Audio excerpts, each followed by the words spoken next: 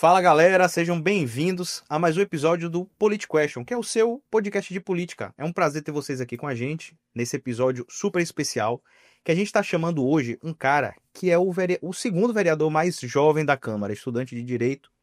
A gente está hoje conversando com um cara que teve mais de 8 mil votos para vereador na última legislatura, né, Clay? Na última campanha a vereador em 2024. Marcelinho Guimarães, seja muito bem-vindo. Obrigado pelo convite, Cleitão. Valeu, Obrigado Marcelinho. mais uma vez pela oportunidade aqui da gente conversar hoje. Tenho certeza que vai ser mais um momento aí para a gente discutir várias pautas, né? Política municipal, estadual, nacional, tudo aquilo que a gente for debater aqui. Tenho certeza que vai ser de grande valia para a gente e para o público aí que está nos assistindo. Muito obrigado pelo convite e vamos para cima. Perfeito. E assim, Clay, eu queria começar perguntando algo que às vezes parece um pouco óbvio, mas às vezes passa pela cabeça do eleitor, né, das pessoas. Você é um cara jovem que vem para sua primeira candidatura a vereador e é eleito na sua primeira campanha, tá entre os dois vereadores mais jovens da casa, né? O que motiva você? Porque assim, a gente está falando de alguém que vem de uma família com a tradição política, né? O que te motiva a estar aqui e estar representando as pessoas na Câmara de Salvador? Maravilha. Dan, sempre foi uma grande vontade pessoal. Sempre foi algo que eu carreguei desde muito jovem. Eu sou jovem, né? Mas desde criança eu sempre tive essa vontade de participar, de observar a política. E essa vontade foi crescendo, foi se aflorando com o tempo. Evidentemente que existe alguma influência familiar. Quando você vê seu pai, seu avô discutindo política, falando sobre política, nos momentos que estão juntos e no momento que não estão também, você vê política ali todo dia na sua casa, você acaba tendo a influência, querendo ou não, e acaba gostando ou não. Eu fui um dos casos dos meus irmãos, eu tenho 3 irmãos, 2 homens e uma menina, e nenhum deles desenvolveu essa vontade por política, mas eu sempre tive. E quando eu tive a oportunidade, diria ali, um pouco antes de 2022, quando meu pai era pré-candidato a deputado federal e posteriormente virou candidato a deputado federal, eu pude conviver de maneira mais direta com ele e ali foi a grande chave que virou na minha vida. Aí eu não tive a menor dúvida de que era isso que eu queria seguir para minha vida e desde então esse desejo foi se aflorando, crescendo cada vez mais e graças a Deus a gente entrou na caminhada eleitoral aí de 24, a gente teve a boa votação para deputado federal em 22 em Salvador, o que nos deixou com a possibilidade de lançar uma candidatura aqui para a vereança.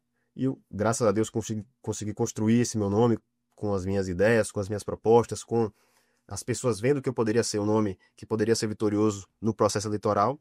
E graças a Deus deu tudo certo e a gente conseguiu aí esse êxito. Esse êxito, né? E uma eleição extremamente difícil, né? Dificílima. Complicada. Eu acredito que a eleição de vereador, acho que é mais complicada até do que para deputado federal estadual, né? Até pela concorrência, né? Exatamente. Cada rua que você entrar tem 10, 20 candidatos. Então é muito difícil você encontrar assim um lugar que você possa ter uma maior facilidade, diferentemente de deputado estadual e federal, que você tem 417 municípios, muitas vezes um prefeito de uma cidade já tem ali a predisposição de votar com um candidato ou com outro e tal. Sim. E aqui em Salvador é muito difícil você encontrar essa facilidade, mas... E vamos falar abertamente, né? Sim. A prostituição das lideranças. Porque hoje em dia... Tá difícil. As pessoas estão vendidas, a gente vê aí que muita gente se vende politicamente e a gente vê que o que as pessoas muitas vezes reclamam da política é reflexo delas mesmas. Da sociedade, né? Das próprias pessoas. Então, agora você falou uma coisa muito interessante, né? Dessa coisa de como você começa na política e das suas ideias. Inclusive, recentemente eu até vi que a gente até noticiou isso, né? Que você começou a se destacar na Câmara, não tinha nem 6 meses ainda, né? Sim. Como é que tá essa questão dos seus projetos? De onde você surge essas ideias? Fale um pouquinho dos seus projetos mais importantes, o seu carro-chefe ali na Câmara. Maravilha. Sem dúvida alguma, o tema que eu mais discuti durante a campanha foi a questão da juventude. Por ser jovem e também por acreditar que essa é uma pauta fundamental para que seja discutida nos mais diversos cenários. E eu vi aqui em Salvador, sempre desde que passei a acompanhar a política mais de perto, eu não via essa representatividade na Câmara de Salvador, né? Pessoas defendendo a juventude, candidatos, ou melhor, vereadores jovens, pessoas que de fato tivessem a juventude como pauta prioritária para ser discutida aqui no cenário soteropolitano. Então, sempre discuti esse tema, foi um dos temas que eu mais tive vontade de defender, de discutir, de debater nas minhas reuniões, nas comunidades, ou com meus amigos, ou com os colaboradores, sempre foi a pauta que eu mais discutia. E a gente buscou, quando eleito, quando empossado vereador de Salvador, que eu pudesse começar a protocolar esses projetos voltados para esse público. Então a gente discute muito com a nossa equipe, com o nosso gabinete. É um gabinete que tem uma produção legislativa sensacional. Nós fomos o segundo mandato dentre os vereadores mais novos que mais produziu projetos na Câmara Municipal. Posso citar aqui vários. Por exemplo, o Selo Empresa Amiga da Juventude, que foi um projeto que a gente discutiu na campanha e protocolamos. Tivemos a grata alegria de ter sido aprovado na CCJ. O projeto que dispõe sobre a gratuidade no transporte público para usuários do Bolsa Atleta, que é um projeto que existe alguma dificuldade, evidentemente, porque você mexe nas finanças da prefeitura, mas como nós temos uma quantidade não tão expressiva de jovens, acho que são cerca de 400, 360, se não me falha a memória, que tem esse programa, são usuários desse programa, eu acho que é possível que seja aprovado. O projeto dos patinetes, que deu muita repercussão. Esse eu vi. Aí a gente... Esse eu vi muita guerra. Virou uma febre, de fato, se você for na Orla da Barra, na Orla da... Mas sem muita segurança também. Sem muita segurança, né? Gente usando de maneira errada, 2 pessoas usando o mesmo equipamento. E a gente teve a alegria também de iniciar essa discussão na Câmara Municipal. Projeto que atualmente se encontra aguardando audiência pública, mas já foi feito um decreto pela Prefeitura para regulamentar esses equipamentos. E a gente foi o primeiro a iniciar essa discussão. Projeto que trata também de priorizar a matrícula das crianças com TEA, né, nos locais de trabalho nas escolas mais próximas do local de trabalho dos pais ou das residências. Também outro projeto que deu muita repercussão positiva, também já foi aprovado na CCJ. E nós esperamos que esses projetos agora, nesse segundo semestre, possam ir para a plenária e a gente possa aprová-los, né? Agora, eu vi uma coisa interessante e eu queria que você me explicasse como funciona para até que pra gente conseguir visualizar, né? Sim. Eu vi que tem você indicou recentemente ao prefeito a possibilidade que, se eu não me engano, na Orla de Salvador, na faixa de Orla, tivesse bebedouros e também com pet. Exatamente. Com apoio para os pets. Explique para a gente como é que funcionaria isso. Então, olha só, esse é um projeto que eu acho que vai dar muito o que falar, muito positivo. A gente pegou através de uma inspiração que tivemos na cidade de Maceió. Você pegar a orla de Maceió, você tem aqueles totens, que são totens mesmo, eu já vi. Bebedouros públicos, que ficam na orla de Maceió. E tem não só para as pessoas utilizarem, mas para o pet também. Você tem água fria, água quente. Então, assim, um negócio muito moderno, que eu acredito que se você colocar ali na Orla da Barra, na Orla da Ribeira, na Orla de Tubarão, na Orla de Itapuã, enfim, vai fazer um grande sucesso. Ainda mais com essa explosão de corrida de rua, né? Exatamente. Hoje em dia, se você for de manhã cedo, correr em qualquer lugar, aí você vai estar um lugar lotado. Então, eu acho que vai fazer muito sucesso e algo que vai disponibilizar o acesso à água, né, potável para as pessoas, vai fazer uma diferença, todo mundo vai poder se hidratar. O pessoal que gosta de correr com seu pet também vai ter essa possibilidade. Então, ou vocês poderiam fazer um puxadinho nesse projeto, assim, para colocar um chuveiro, velho. Massa, exatamente. Tá ligado? Eu pensei que você ia mandar botar Gatorade. Boa, não, se fosse Gatorade, ia hidratar, Eu ia falar de cerveja, botar um choquezinho, né? Eu nem bebo. Não, mas bota um Gatorade. Gatorade de álcool. No meu caso, dá Doninho, que eu sou viciado em doce. Não, mas vocês poderiam botar um chuveiro, porque eu vejo que tem muito lugar que a pessoa sai toda cheia de areia. Cheia de areia e tem uma dificuldade para se ajeitar ali depois da praia e tal. Não, mas é muito promissor. Mas muito promissor, exatamente, é uma coisa que deu certo e a gente tem que buscar justamente isso, ver as experiências que deram certo em outros lugares, em outras cidades, né? E buscar fazer com que aconteça em Salvador. Então eu acho que esse é o nosso objetivo e o nosso compromisso. É o que nós temos feito aí e a gente está com todo o gás para continuar com essa produção, com esse trabalho. E eu acho legal, saudável, porque assim, eu tenho um hábito de acompanhar, né, os projetos que são apresentados na Câmara, até por gosto mesmo, saber o que tá rolando. E eu observo que às vezes tem muito projeto que por exemplo, tem vereadores e vereadoras, que eu não vou citar o nome, mas que você vê protocolando um monte de coisa. Sim. Só que quando você vai ver, de fato, efetivamente, aquilo não muda em nada a minha vida, tá ligado? É tipo assim, como é que é? Cuidando aplausos do nome do vereador.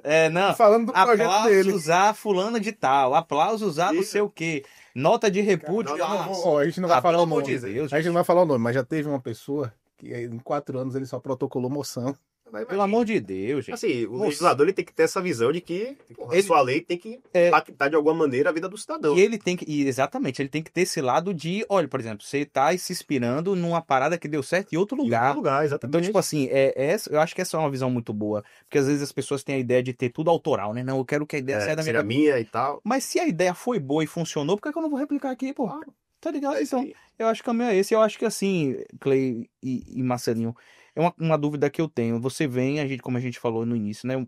Você vem de um mandato novo, você vem de uma família tradicional politicamente, Sim. e por ser novo e por vir de uma família tradicional politicamente, eu imagino que há uma grande pressão por dois fatores. O primeiro, por você ser novo, e todo mundo pensa, o que esse menino quer aí?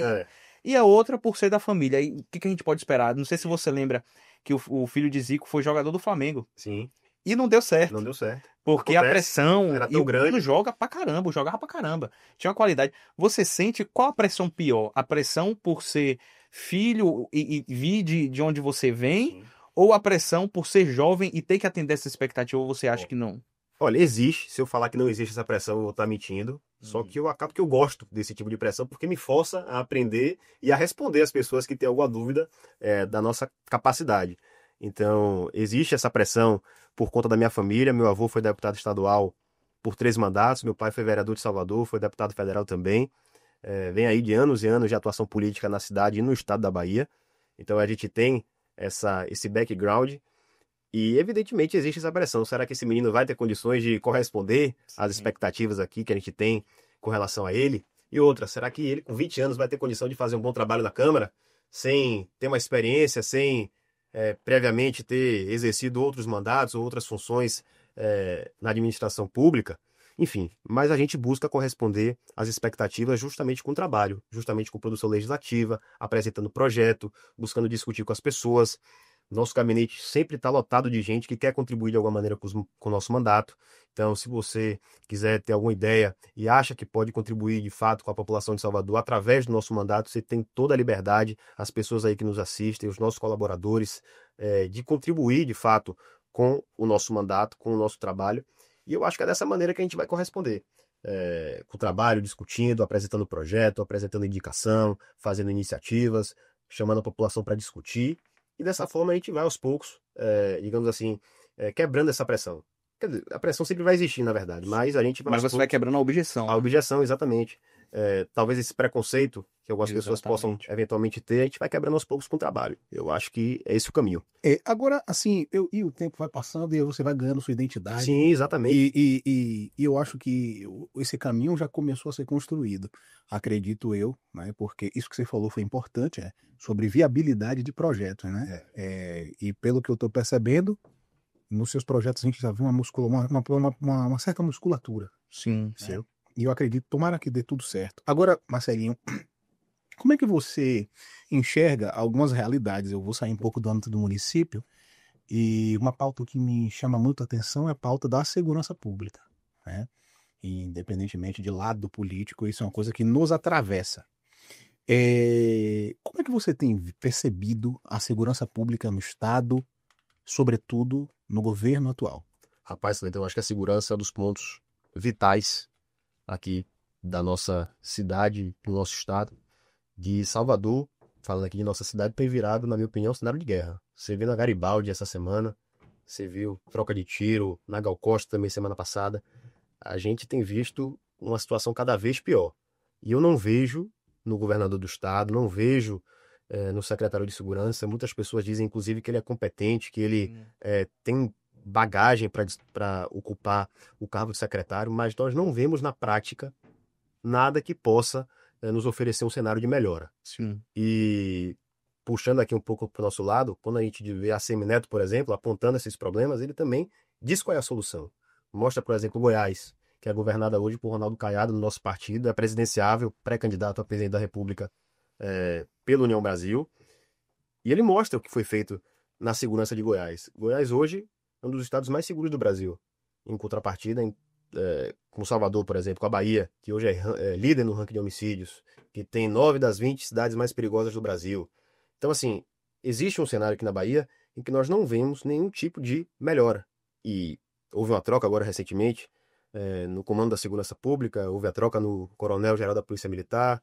Ouvi até falar muito bem dele. Isso, da diretoria da Polícia Técnica aqui da Bahia, da Polícia Civil, do Corpo de Bombeiros, enfim, mas nós não vemos melhora. E os números são cada vez piores. Então, eu realmente não sei o que é que se passa, não sei como é que nós vamos ter uma melhora na área da segurança pública. Eu espero que o governador tenha uma postura enérgica de combate à insegurança.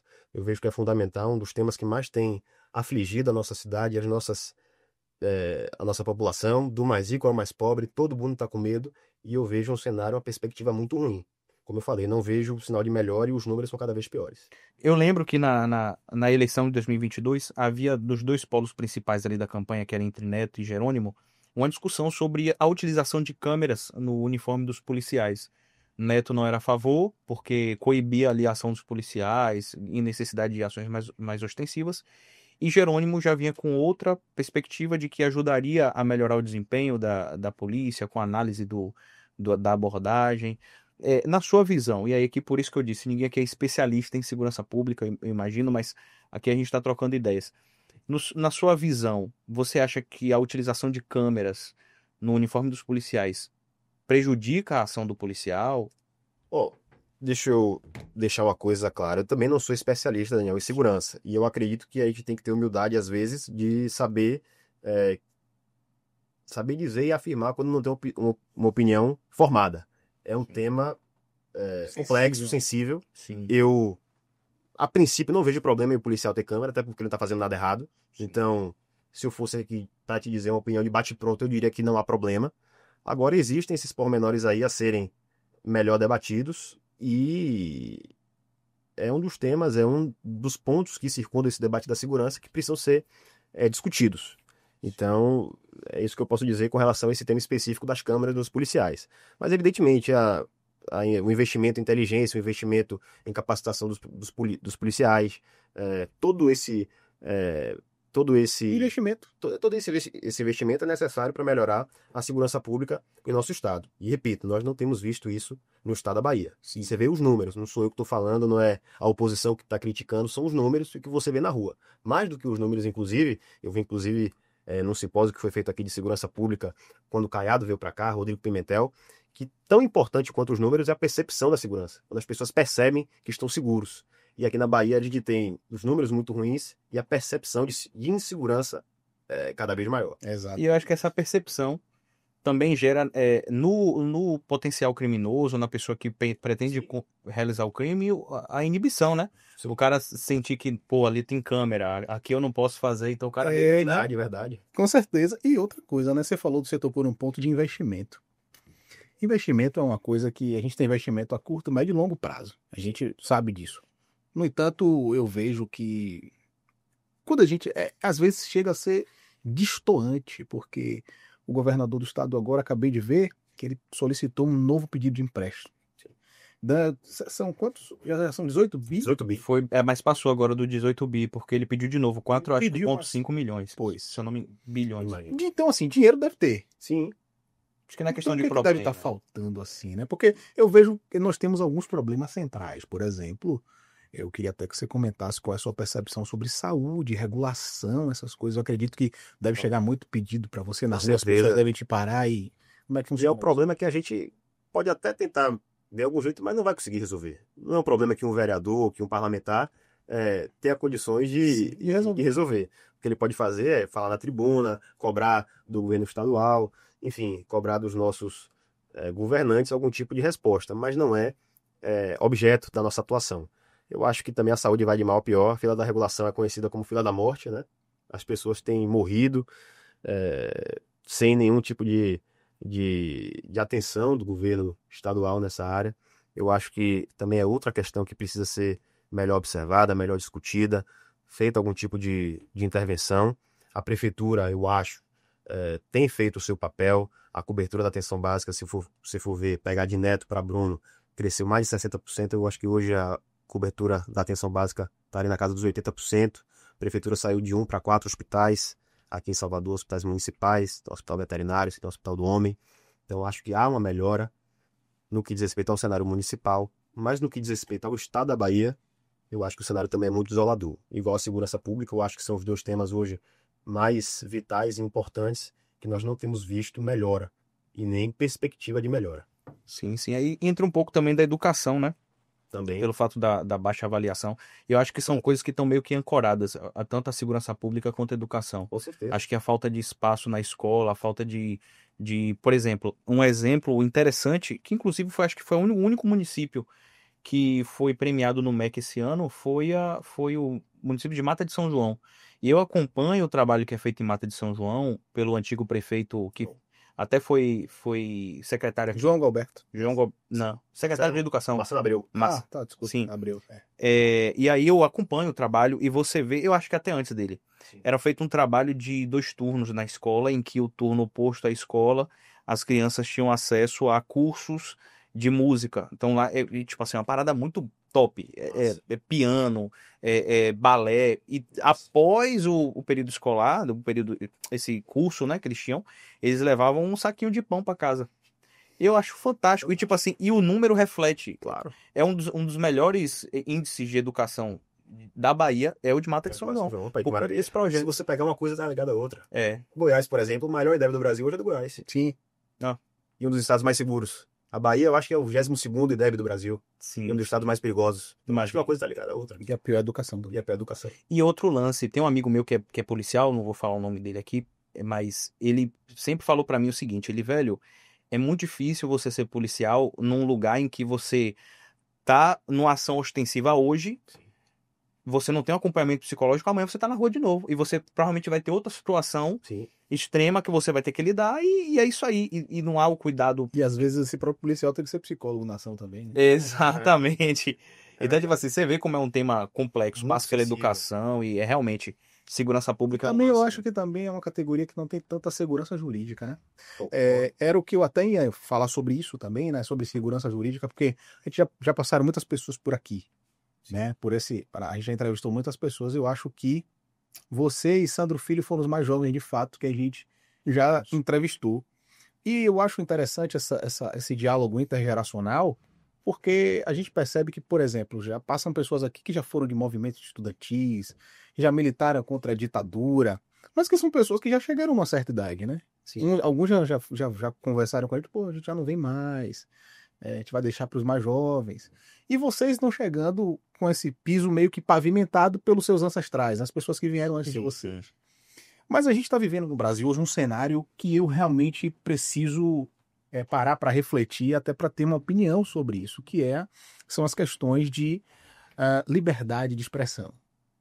Como é que você está enxergando, com base nessa sua vivência, nessa sua caminhada, a questão da liberdade de expressão do Brasil? Isso se dá também por essas questões desses problemas entre o Judiciário e o Congresso. Você acha que está rolando um excesso? Você acha que há um cumprimento da lei? Como é que você enxerga isso? Eu acho que o Brasil, sem sombra de dúvida, está vivendo os momentos mais críticos de toda a sua história. Uma desordem institucional gigantesca. Na minha opinião, houve excessos tanto do Judiciário quanto também na atuação do presidente Bolsonaro. Eu sou uma pessoa de direita, mas eu acredito que desde que ele assumiu a presidência da República, ele sempre teve uma postura de ataque aos demais poderes. E mesmo antes da presidência de Bolsonaro, eu acho que também houve excesso do Judiciário. E hoje em dia, o tema da liberdade de expressão, das liberdades do indivíduo, estão cada vez mais em voga e eu não vejo, infelizmente também, um prognóstico positivo. Eu acho que está muito difícil da gente observar a situação brasileira. Eu acho que os parlamentares estão tendo seus direitos de atuação comprometidos. Eu falei recentemente do deputado Hélio Negão, por exemplo, que é um deputado federal eleito pelo povo, que decidiu fazer uma manifestação pacífica na frente do Supremo. E o ministro do Supremo disse que ele não podia estar na frente dali da Praça dos Três Poderes fazendo protesto. Imagine, bicho. Nós tivemos aí as manifestações de impeachment, milhões de pessoas em Brasília defendendo as suas posições, e você não pode hoje ter um deputado federal que faz uma manifestação pacífica na frente do Supremo Tribunal Federal. Eu acho que é uma das nossas missões aqui. Pode falar. Assim, completando, nós tivemos também o protesto dos deputados federais que ocuparam as mesas do Senado e da Câmara. Na minha opinião, eles também ultrapassaram, porque não existe previsão regimental para que você ocupe a mesa diretora de uma casa legislativa e interrompa os trabalhos. Então há também o excesso. Mas você vê que o cenário é muito desolador e muito difícil de você oferecer uma explicação do que está se passando. Você vê o ministro Alexandre de Moraes também cometendo uma série de abusos. Você vê, na minha opinião, por exemplo, isso que ele fez de colocar a tornozeleira no presidente Bolsonaro. Já no final do processo, já nas alegações finais. Depois você prender ele de maneira domiciliar. Depois também já no final do processo. Assim, é muito difícil a situação que o Brasil vive. Você vê também as disputas políticas internas resvalando no cenário internacional. Aí você tem o tarifaço de Trump pelo meio. Uma série de coisas. E eu não vejo um cenário positivo no que diz respeito ao futuro. Isso só acirra essa Só polarização acirra, também, né? exatamente. E eu acho que das nossas missões aqui é trazer um pouco de sobriedade, né, para as pessoas. A gente tem essa missão aqui no PolitiCast, inclusive se você tá até aqui nesse momento no podcast, então é porque você tá gostando. Então curte, comenta, marca um amigo, comenta, compartilha, se inscreve no canal, porque você fortalece um podcast que tá aqui para trazer política de verdade, né? Não é sobre lado A ou lado B, mas sobre uma visão racional sobre a política. A gente tá falando aqui com o Marcelinho, ele tá trazendo vários pontos assim que eu acho bem interessante, Marcelo, você trazer isso porque mostra que nada é preto e branco, né? A vida não é preta e branca. Tipo assim, existem várias faces da mesma moeda e é importante a gente considerar tudo isso. E dentro desse tema da política nacional, o presidente dos Estados Unidos fez uma declaração, se eu não me engano foi esses dias agora, recentemente, foi muito recente, sobre o Brasil ser um país ruim de negócio, ser desfavorável. Você acredita que Trump ele está sendo infantil na forma como ele está trazendo essa relação entre Estados Unidos e Brasil? Você acha que há excessos? O que você acha desse comportamento do presidente Eu norte-americano? acho o seguinte, Daniel. Eu acho, em primeiro lugar, o tarifaço, na minha opinião, foi absolutamente injustificável por parte dos Estados Unidos. No entanto, eu vejo que essa postura do presidente Trump não se restringe ao Brasil. Ele fez isso com a Índia, fez isso com a China, tem feito isso tem conduzido dessa maneira a sua relação externa com os demais países. Mas eu também não posso deixar de deixar claro que o presidente Lula, desde que assumiu a presidência da República, tem feito uma série de gestos contra o Ocidente, tem ridicularizado o presidente Trump, tem feito uma série de declarações contra a soberania americana, contra os empresários americanos, e evidentemente que isso reflete. Então eu acho que quem tinha que sentar na mesa como um adulto, de fato, chamar os Estados Unidos para o consenso foi o presidente da República. Porque é ele que comanda. Então tá faltando liderança, seria Sem isso? sombra de dúvidas. Eu também sinto falta desse Lula 3, de um Lula mais pacificador. Sim. Né? Aquele cara que vai chegar e vai conversar e vai tentar.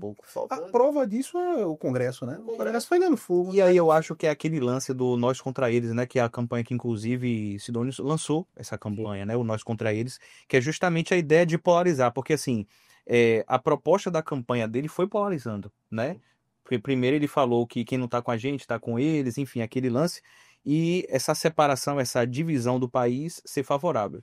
Como ele tá com um índice de rejeição alto, querendo ou não, essa questão do tarifaço veio a calhar para ele poder tentar recuperar essa popularidade que ele tinha, né? Eu acho que é um Lula desatualizado. Um Lula que, assim, se você for observar o Lula 1 e o Lula 2, inegavelmente o país cresceu. Inegavelmente ele propôs algumas políticas Políticas públicas. de desenvolvimento, ele propôs reforma da Previdência. Meu pai, por exemplo, era deputado federal à época, que ele foi presidente da República, pelo PFL. Votou favorável à reforma da Previdência.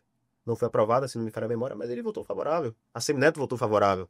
Então, inegavelmente, ele teve ali uma agenda, querendo ou não, de Brasil, de país. Eu não vejo hoje essa agenda. Que promoveu, né? Que, tipo, ajudou a fazer. Apesar de que o cenário internacional naquela época eu acho que era favorável. O bom das commodities, enfim. Estados Unidos em queda por conta da quebra do imobiliário. Imobiliária, ele manteve o tripé macroeconômico de FHC, ele deixou ali as coisas mais ou menos organizadas e conseguiu ali surfar na onda, digamos assim. Sim. Mas, não que ele não tenha feito um bom trabalho. Não que ele não tenha feito. Mas o ambiente era favorável. O ambiente era favorável. Ele teve políticas compensatórias que tiveram importância, o Bolsa Família, Minha Casa Minha Vida, coisas que foram positivas para o Brasil, a gente querendo ou não. Uhum. Mas hoje o que a gente vê do Lula 3 é um completo desastre. É um Lula mais preocupado com política do que com eleição do que com política, né? Eu tenho essa impressão de que a eleição começou mais cedo. Muito mais cedo do que o normal. Muito mais cedo do que o normal. E eu tenho a impressão também, fazendo um diagnóstico de Brasil, assim, né? é que o Brasil, ele a cada... Porque assim, eu não lembro, né? Eu peguei algumas eleições pela frente, né? Mas eu não lembro de ter eleições tão perigosas como as duas últimas aí. Perigosa, eu gostei dessa Eu palavra. acho que eleição perigosa. Faz Por que eu sentido. falo que eleição é perigosa? Porque eu vi colegas meus, pessoas completamente pacíficas, falando assim, pô, velho, eu sou de direita, mas eu não vou voltar pra camisa do Brasil, não, porque eu tô com medo de passar por algum lugar e o outro cara chegar e falar assim, pô, meu irmão, ó, eu sou Lula, eu voto na esquerda, não vou ficar Perfeitamente. usando vermelho, não, porque né, pode acontecer alguma coisa comigo. E que interessante que eu conheci um cara, né, ele é motorista de Uber, né? E ele tava usando uma camisa vermelha. Sim. E aí ele disse que uma senhora entrou no carro dele e aí começou a puxar o papo de política. Só que ele não gosta de política, ele não gosta de conversar sobre política, ele só tava de vermelho. Sim. E ele olhou pra mulher e falou assim: velho, deixa eu dar uma resposta pra essa senhora aqui. Deixa eu olhar pra ela aqui, pra ela tá falando isso pra mim, ele dizendo, né? Pra ele tá falando isso aqui comigo. Essa mulher deve ser de esquerda. Então eu vou dizer que eu sou de esquerda. Só que, pelo contrário, a mulher é de direita. E disse que a vida dele se tornou um caos dentro do Uber. Uma situação. E ele tentando fugir Mas pela se tangente. pegar, por exemplo, Camaçari. Samar. Sul de Camaçari.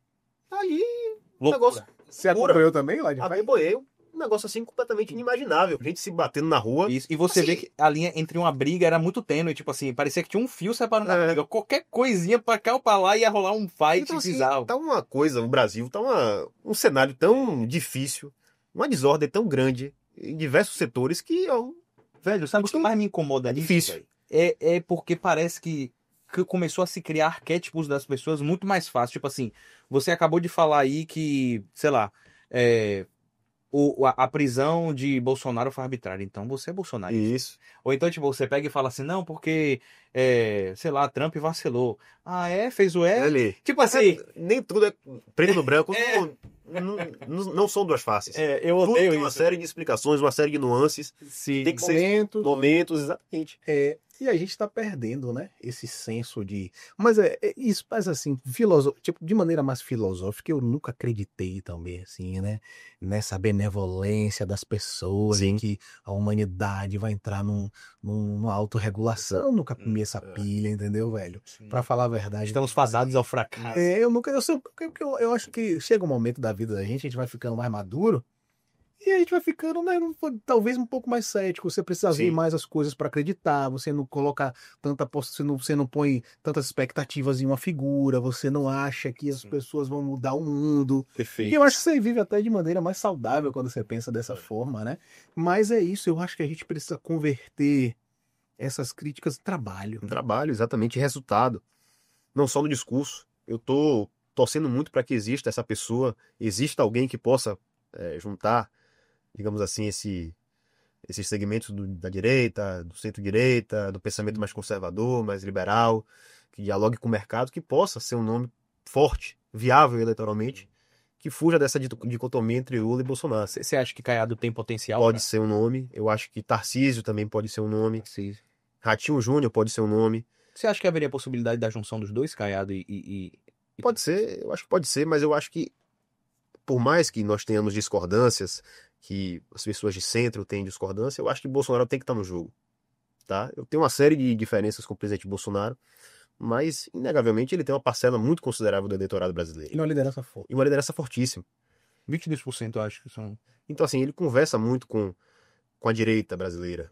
Então, eu acho que é necessário que exista uma pessoa que saiba conversar com o bolsonarismo. Sim. Uma pessoa que saiba agregar essas pessoas de centro, essas pessoas que não querem nem Lula nem Bolsonaro, para que exista, que se construa uma candidatura que faça frente a Lula. Eu acho que esse cara é Tarcísio, velho. Pode ser, eu acho um forte nome. Na época, não sei se você lembra, que na época, quando estavam tendo as reuniões ali do PL e tal, que Bolsonaro fez uma pressão muito grande contra Tarcísio, porque ele tava... Sim. Então, tipo assim, ao mesmo tempo que... Porque, querendo ou não, assim, é uma coisa que tanto o Bolsonaro quanto o Lula tem. Eles têm a capacidade de fazer o céu ou o caos. Sim. Dentro. Tá ligado? Então, tipo assim, quando rolou essa parada de Tarcísio, e que Tarcísio meio que... Eu não me lembro exatamente o que foi alguma votação, não foi algum projeto em São Paulo que eles iam fazer algum tipo de parceria com o governo federal, e aí foi alguma parada assim. Sim. Eu sei que o Bolsonaro foi contra e teve uma bancada do PL que foi contra ele. Não, veja bem. Então ele sabe fazer esse meio campo com o Bolsonaro, tá ligado? Não, isso é fato, isso se refletiu. Se a gente for retroceder um pouquinho no tempo e for analisar a campanha de prefeito em São Paulo. Cara, Pablo Marçal ia ganhar aquela eleição. Ia ganhar. Se Bolsonaro não desce do palanque e declara apoio direto A Ricardo a Nunes. Ricardo Nunes, Marçal ganharia essas eleições. Sem sombra de dúvidas. E outra, Ricardo Nunes, ele agradeça a Prefeitura de São Paulo a Bolsonaro. É isso aí. Então, são figuras, assim como a gente sentiu esse impacto, por exemplo, nas eleições em Camaçari. Eu acredito que Flávio Matos ganharia essas eleições, né? Quando o Lula desce. Quando desceu, Veio pra Camaçari e São foi. figuras, são lideranças, cara, que a gente tem. Não Exatamente. dá, pô, você pode não odiar. Mas Isso, você pode negar a você pode, realidade. exatamente. Você não pode negar a importância que a pessoa tem. Exatamente. Então são figuras assim, né, que a gente tem nessa atual conjuntura. Mas enfim, se você tá aqui até agora, você já falou essa parte. Falei. Então, Marcelinho, quem quiser te seguir nas redes sociais, fala um pouco das suas redes sociais aí pro O pessoal. nosso Instagram é Marcelo Guimarães Neto BA, é a rede que eu mais uso, a rede que eu mais converso com as pessoas. Aí quem quiser seguir a gente aí para acompanhar o nosso trabalho, Marcelo Guimarães Neto BA, no Instagram, nas demais redes sociais, no Twitter, Marcelo Guimarães Neto, e no Facebook também Marcelo Guimarães Neto BA, se não me falha a memória. São essas 3 redes sociais que a gente mais utiliza. O Instagram, sem sombra de dúvidas, hoje é nosso carro-chefe. E então. Você falou Facebook aí, inclusive, meu irmão. Se eu desativar o Facebook no meu celular, eu tô ferrado, que eu não sei a senha mais. Eu falei X, hoje é X, né? Hoje é X. O X, que a gente também utiliza bastante. Eu falei Twix. Twix daqui, a gente vai comer daqui a pouco o Twix. Você. Dieta. Não, mas antes da gente vir pra cá, eu comi um chocolate, um crush. Mas esse cara é 10. Eu sou doente por chocolate, velho. Mas então, vamos voltar pra Salvador? Bora, Salvador. Porque é uma parada que eu queria te perguntar é o seguinte. A gente falou sobre a sua candidatura a vereador. Sim. Eu queria saber, velho, como foi essa experiência da primeira campanha? Quais erros você, assim, cometeu? Sim. Ao que você atribui a sua vitória? E o que mais te chamou a atenção negativamente nas eleições? Eu acho que, começando do final, né? A questão... Acho que foram 2 questões mais importantes para nossa vitória, o que eu considero, foi, primeiro, a nossa cara, o nosso rosto jovem, uma pessoa diferente. Eu vi muito na rua, porra, não voto em político há não sei quantos anos, mas vou votar em você porque você é novo. Você é um cara jovem, gostei de você e tal. Suas ideias são legais, são bacanas. Eu acho que essa renovação foi importante nesse sentido. E também a história de trabalho de meu pai e de meu avô, que foi fundamental, inegável, que teve uma parcela de contribuição imensa nessa minha candidatura. Então eu acho que essa junção da juventude com a história de trabalho de Marcelo Guimarães Filho e Marcelo Guimarães foram os fatores que me fizeram vencer as eleições.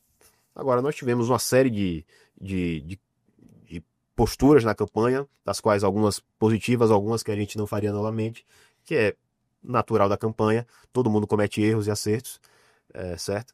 Eu acho que foi uma junção dessas questões. Eu acho que a gente acertou mais do que errou, por isso que a gente venceu. Enfim, e eu acho que um ponto muito negativo, que foi até falado aqui no começo pela gente, por nós, no podcast, é essa questão da prostituição das lideranças comunitárias de Salvador, que eu acho que é um reflexo da sociedade. Infelizmente, a política hoje, a gente vê esse lado negativo. É muito difícil, é muito raro hoje você achar pessoas que de fato têm trabalho social, que têm uma associação que presta algum tipo de serviço de saúde, educacional ou outro tipo de área. É muito raro você achar esse tipo de liderança. E a gente preza muito por esse tipo de pessoas no nosso trabalho. Então, todo mundo que está com a gente reconhece um trabalho, reconhece um serviço, reconhece uma referência dentro da comunidade. E eu acho que é isso que faz a nossa diferença e o que nos faz ter um resultado positivo dentro das comunidades e, consequentemente, uma boa votação, que foi o que nós tivemos em 24. Sim.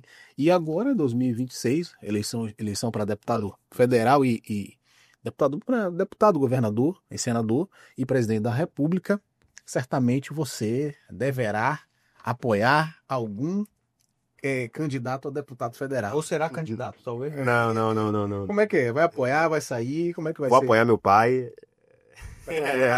Não tem como. Meu pai foi candidato em 2022, teve 56 mil votos, uma votação expressiva depois de muitos anos fora da política. Agora nós tivemos uma experiência exitosa em Salvador. Tive alegria de ser eleito vereador de Salvador, então nós consolidamos essa nossa votação, mostramos que temos trabalho aqui na capital baiana. Eu acredito que isso vai contar de maneira positiva para 26. Nós temos um cenário que, na minha opinião, o governo do estado, comandado hoje por Jerônimo, está em uma baixa muito grande, justamente por não ter entregado o que prometeu em 2022. Eu acho que Jerônimo, à época, era uma figura desconhecida. Tinha sido secretário de Educação, secretário de Desenvolvimento Rural, se não me falha a memória, mas não era um nome conhecido no povo da Bahia. E agora ele tem 4 anos de mandato. Tem feito política praticamente todos os dias de seu mandato. Chega nos municípios 7 da manhã, sai 3 da tarde conversando com as pessoas. Mas eu acho que não vai ser fundamental, não vai ser um fator que determine que ele vença a eleição. Justamente porque os números mostram que o governo não está legal, não está positivo, não está entregando resultado. Então eu acho que essa é a chance que nós temos de fazer uma mudança, uma reoxigenação no cenário político local. Sim. E eu acho que o nome para desse novo momento é a Semineto, e eu acho que nós vamos dar a virada que a Bahia precisa, que nós achávamos que ia ser em 2022, acabou não sendo, mas eu acho que vai ser agora em 2026. Sim, se a gente fosse falar, já que você tocou nesse assunto de 2022, que achávamos, eu costumo dizer que a campanha de 2022 foram muitas emoções, né? Muitas emoções. Foram muitas emoções e realmente chegou um momento que a gente começou a ver que o outro lado, a oposição, no caso a ACM, começou a ganhar esse interior. Isso. Você, Marcelo, por ser assim, hoje você está um político de mandato. Sim. E isso até uma autocrítica do grupo no qual você faz parte. O que você acha que faltou em 2022, com base no que você acredita, para Neto levar essas eleições? Porque criticam muito, dizem que ele não atendia as pessoas. Sim. Neto não sei o quê, não.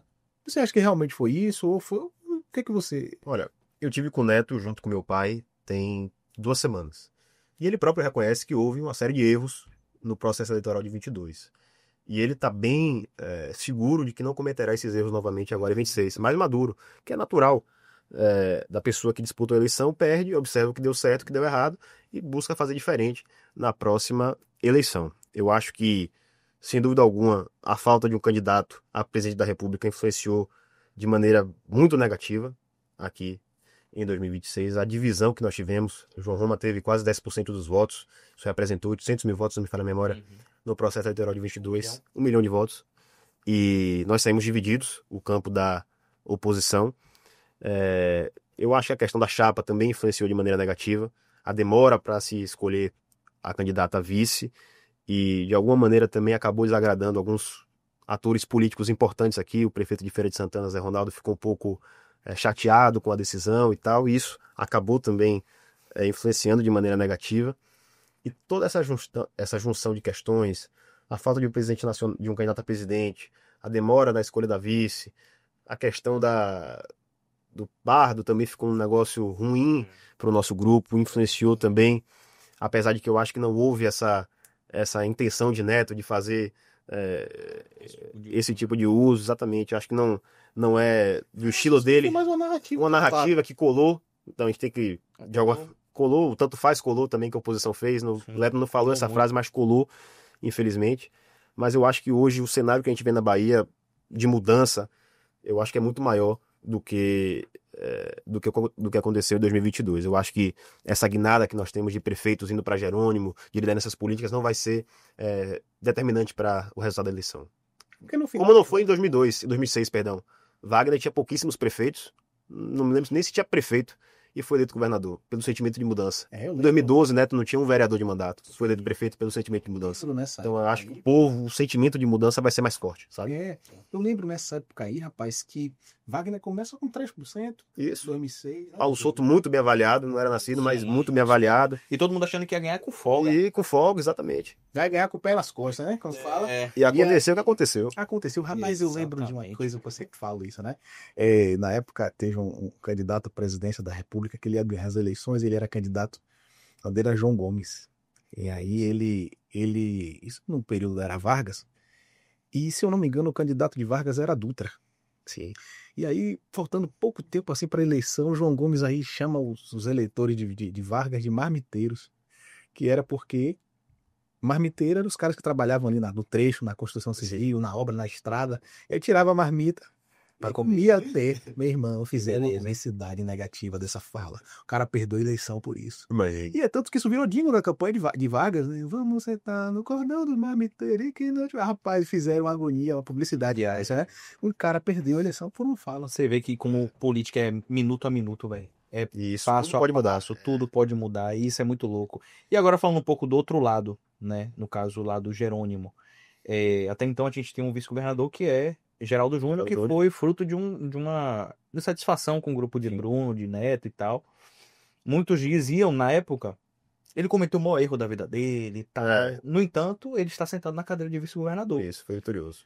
Por outro lado, né, e aí a gente precisa avaliar essas coisas com uma regra um pouco maior, hoje a posição dele como vice está comprometida porque muita gente diz que ele cometeu o maior erro da vida dele saindo candidato a prefeito de Salvador, mostrou que não tinha tanta força assim, e hoje figura aí esse momento de instabilidade.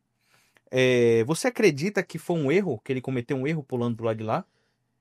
O fato de Geraldinho ter ido pro lado de lá, Olha, eu não me sinto confortável em julgar decisão alheia. Exato. Assim, eu tenho uma boa relação com o Geraldinho, tenho uma boa relação com o Matheus, de Geraldinho também, que é deputado estadual hoje. Ele tá até pra vir aqui. Discordo da posição que eles tomaram. Geraldinho fez toda a carreira política dele do lado de cá, do lado de Neto, do lado de João Henrique, enfim, e tomou a decisão de guinar pro outro lado do cenário político aqui do estado da Bahia. À época foi vitorioso, conseguiu ser eleito vice-governador, elegeu o filho deputado estadual, e tomou essa decisão de ser candidato a prefeito em 2024. Acabou ficando em terceiro lugar. Eu acho que não houve consenso, não houve união do grupo do governo do estado. Adesão. Eu acho que o público de esquerda não vê em Geraldinho essa representação fidedigna dos ideais de esquerda. Eu acho que existe, querendo ou não, esse link muito forte dele com o grupo de Neto, o grupo de Bruno Reis. E pelo atual cenário político estadual, pelo arranjo de partidos e de políticos, eu vejo também como muito difícil essa manutenção dele no cargo de vice-governador. Aí entra a minha pergunta, porque eu introduzi essa pergunta para fazer outra pergunta. Você acha que no grupo de Neto haveria espaço novamente para Geraldinho, tendo em vista que houve espaço para Roma? Rapaz, eu acho que não. Eu sinceramente acho que não. Tudo pode mudar. Você tá inspirado, né? Eu posso estar equivocado, porque política tudo muda. Mas eu acho que não. Você viu que ele jogou, né? Sonhar que você abriu pra Roma. Eu não havia paciência, irmão. O cara tá querendo dizer o que? Não, eu quero saber se há espaço pro cara se já né? quiser vir, admitir que cometeu um bem-vindo. É isso que eu quero saber. Política é diálogo, né? É diálogo, exatamente. Isso. Você vê que houve uma ruptura entre Neto e Roma em 2022, ou 23, perdão, estão viajando juntos. Roma foi a época ser ministro da cidadania, Neto não concordava com a adesão dele ao governo Bolsonaro, ele foi ser ministro e eles romperam. Sim. Acabou sendo ruim para o nosso grupo, acredito eu, essa divisão. Então, tudo pode acontecer, mas eu acho que Geraldo vai ficar do lado do governador Jerônimo Rodrigues. Não sei, acho difícil que ele consiga manter a sua posição de vice-governador, mas também não estou na posição de escalar o time dos outros. Eu acho que é muito forte esse sentimento do PT de fazer a chapa puro sangue e sair Jerônimo governador, Wagner candidato. Wagner? Não. É Wagner. É Wagner e Rui, não é isso? Rui, Wagner e Jerônimo como cabeça de chapa. E a vice-governadoria, acredito eu, que ficará a cargo do PSD ou talvez do Avante. Aí é um arranjo que o grupo da situação vai fazer. Mas eu acredito que essa força política que eles estão demonstrando hoje, com prefeitos, com lideranças, com partidos fortes, com estrutura, não vai ser, como falei, determinante para eles vencerem as eleições, porque o sentimento de mudança é muito maior. Então, muito mais presente. Então escale do seu time, se é que você não escala dos outros. Eu acho que ainda há tempo. Neto disse que não quer cometer o erro que cometeu na eleição de 22, de demorar para escolher a chapa. Quer fazer isso em março, ali logo no começo do processo eleitoral de 26. Mas não tenho dúvida nesse momento que Roma, acho que vai fazer parte da chapa, provavelmente como candidato ao Senado. Neto vai ser, com fé em Deus, nosso futuro governador. E aí estão abertas, né? A outra vaga no Senado e a vaga de vice-governador. Não tem chute de ninguém assim que você acha que eu gostaria muito que Zé Ronaldo fosse o vice. Esse cara tá querendo te comprometer, né, mesmo? Ele tá querendo que você... Olha o time, daqui a pouco vai saindo já a imprensa assim, ó. Marcelo Guimarães, escala o time. Eu gostaria muito que Zé Ronaldo fosse o vice, mas ele tem dito aí que quer continuar como prefeito de Feira. Nós temos o prefeito de Jequié, Zé Cocá, que apesar das pessoas estarem falando que ele está conversando com o governo, eu acho, mas tenho certeza que vai ficar com o Neto. Nós temos, quem mais, meu Deus? Marcelo Nilo, que quer ser candidato ao Senado, não sei se vai se concretizar, mas é um grande nome. Quem mais, Cleiton? A gente tem aí. Olha, tem Raíssa aqui. Tem Raíssa, a doutora Raíssa, será candidata a deputada federal, né? Tem Coronel que... Tem Coronel que pode vir. Espero que venha. Como é que você enxerga? Eu falei Coronel, como é que você enxerga eu não vou dizer deixada de lado, né? Mas, ao que tudo indica, se esse chapa puro sangue se concretizar, Coronel era uma vez dentro desse... como é que você enxerga isso? Você enxerga isso é saudável? Não, é saudável porque faz parte da política. Faz parte da política. Na minha opinião, o Coronel é um grande nome, é um senador que tem muito alcance com os prefeitos. Você vê que a maioria da classe política aqui da Bahia, do grupo da situação, apoia a reeleição de Coronel. Então, eu acho que vai ser um tiro no pé do PT se rifar Coronel da chapa. Mas eu acho que esse sentimento de se fazer a chapa puro sangue é mais forte. Eu acho que Coronel será muito bem-vindo se vir para cá, para o grupo de oposição. Não sei se vai acontecer, mas é esse o cenário, na minha opinião, que se desenha nesse momento. A formação da chapa puro sangue com João Wagner e Jerônimo, e o PSD sendo, de certa forma, rifado da chapa do grupo da situação. Sim. Eu acho, há alguns minutos atrás, a gente falou sobre um candidato que fazia parte de um grupo e foi para o outro. Eu não vejo problemas em você mudar de legenda dentro do seu próprio grupo. Mas pelo que eu observo na política, isso aí, o tempo mostrou isso, né? A história tem mostrado isso. E aí eu faço uma meia-culpa de partidos de esquerda nesse sentido. Partidos de esquerda, você vê poucas mudanças de um cara que era de esquerda e depois foi para a direita.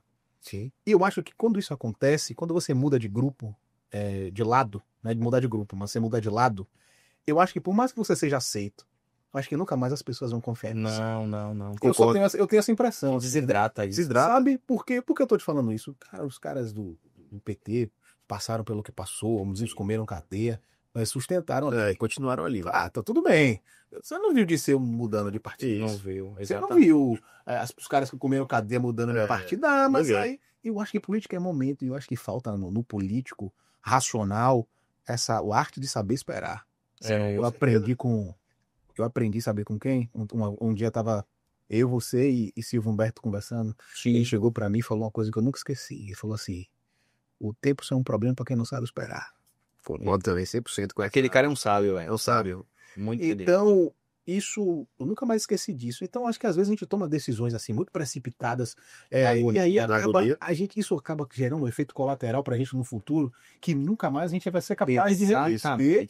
É o lance que eu acho de Geraldo Júnior. Eu acho que ele, se ele se mantivesse no grupo que ele tava, ele teria um potencial de crescimento muito maior. Concordo. Eu acho que nesse caso ele acabou chegando no ápice político dele e talvez ele nunca mais vai ascender acima ou maior do que isso, porque não soube construir, tá ligado? Isso. Ele pegou uma ponga e foi.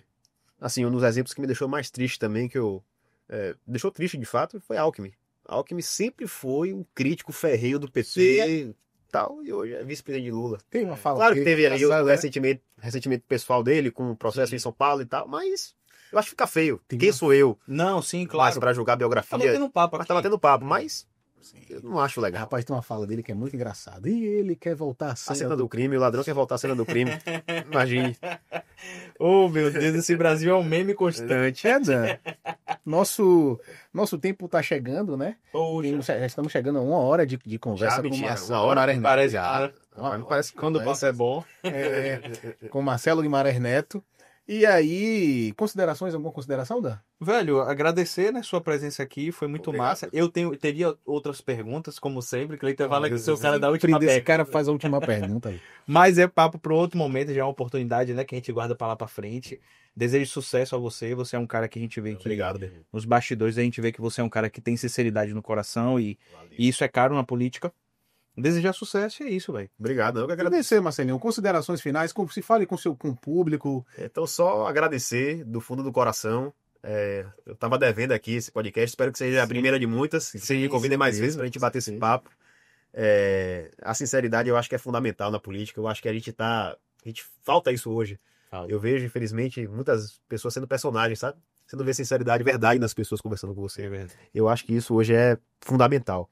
E foi mais uma oportunidade, a gente pincelou aqui política nacional, política estadual, política municipal, nossa atuação na Câmara, o que a gente está achando aí dos acontecimentos e desdobramentos da política nacional com os Estados Unidos e tal. Mais uma oportunidade aí para a gente discutir política, que a gente gosta de fazer. E é isso. Obrigado. Pronto. Nada. Massa, você ficou com mais um episódio do Politic-Question. E é isso, muito obrigado você que chegou até aqui. Siga a gente, compartilhe os nossos conteúdos. Siga Marcelo Guimarães Neto nas redes sociais. Tamo junto. E até a próxima. Um abraço. Tchau, tchau.